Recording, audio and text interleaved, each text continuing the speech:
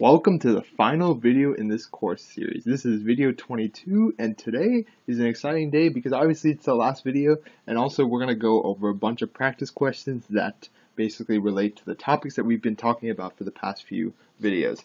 So anyway, I hope you've enjoyed this course, and really we've got one more video and then you're done. So get excited. Alright, so let's get started. So the first question is going to be a runtime question. So I hope you remember your big theta notation. So basically what we're going to do is we're going to find the runtime of this function foo called on evenify, which is basically, it's not too hard to figure this out, but basically it's going to take an odd number and make it an even number by adding a 1 to it if it's odd. So you could have figured that out, so I didn't spoil anything there, but take that into account when you figure out the runtime of foo. So the input, basically what that means is the inputs of foo are really only going to be even numbers. So anyway, this is actually quite challenging runtime question because it really requires you to diagram things out. You can't make any assumptions on this one. So it really shows that. And so yeah, take a moment to see if you can figure this out. And I'm going to spoil the answer now. And the way I'm going to spoil the answer is I'm going to use my new favorite tool in PowerPoint, by the pen. So I think this is going to be very helpful in this type of example where we really have to diagram things out. So let's think about an input that we can put in. So when we're doing big theta, it's good to work with an input and see what type of patterns emerge and see if you can get some structure out of those patterns. That's going to be a basic game plan for solving this problem. So I'm going to choose n is equal to 5 because that's an example I've been using a lot. So I want to be consistent. And so what's the first thing that's going to happen? We're going to pass this into evenify, right? And this is going to turn it into 6. Okay, so interesting. So the first call to foo is actually going to be foo of 6. Okay, and again, notice that I'm using calls of function because what I notice is immediately this is a recursive example. So it's good when we're doing recursive examples to do our cost model as basically the number of function calls. So here we have one function call, foo of 6. And so what happens with foo of 6? Well, it's going to go in and execute this statement right here, right? Because it's even. So this is going to split into foo of 5.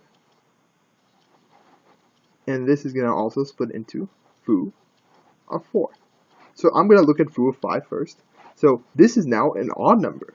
So an odd number is going to go into this case right here. So what's this? So what's the function call that we have to worry about after this? Well, this goes down to foo of 3. And so what happens after we go down to foo of 3? This is going to go down to foo of 1. And so we can basically follow this all the way down until we hit the base case, which in this case it's going to have to go all the way down to -1 because the base case is if n is less than 0. Okay, so interesting. So now we have a foo of 4 call that hasn't executed yet. So now we're going to execute that. But foo of 4 is now even. So now we have to go to the even case, and this is going to split further. So this is going to be foo of 3, and this is going to be foo of 2. And foo of 3 happens to be the same as this, so we can use the same structure. This is going to be foo of 1 and foo of -1. Awesome. So now what happens once we get to foo of 2? Well, notice that we're having the same recurring pattern. We have to split here. So every even number ends up splitting. So that's going to be important when we figure out the big theta of this. So this is going to go all the way down to foo of 0, of 0. Now, oh, also, I skipped a step. This has to go down to foo of -1. Okay, and so once we go down to foo of 0, well, now I'm kind of running out of space here, but this is actually going to split one more time because it's not less than 0 yet. So this is going to go to foo of -1, and then I'm going to draw this down there, foo of -2. Okay, so how many function calls did we end up making? Well, I want you to notice this key pattern. The way we can figure that out is that notice in this column we had 5 calls, okay, and in this column we had 4 calls, and in this column we had 3 calls, and in this column, so right here now, we had 2 calls. And then lastly, we had that foo of -2 that I couldn't fit on the next column. So that's just 1 call. So that's an interesting pattern. 1 plus 2 plus 3 plus 4 plus 5. And what does 5 have to do with anything? Well, hey, that was our input. So we can point that back here. So, interesting pattern. And actually, I want you to verify this on your own, but it turns out that for any n, the number function calls that it's going to take is, well, basically, for n is equal to 6, it's going to be the same. But for every 2 steps, so n is equal to 7, is going to end up taking 7 plus 6 plus 5 plus 4 plus 3 plus 2 plus 1.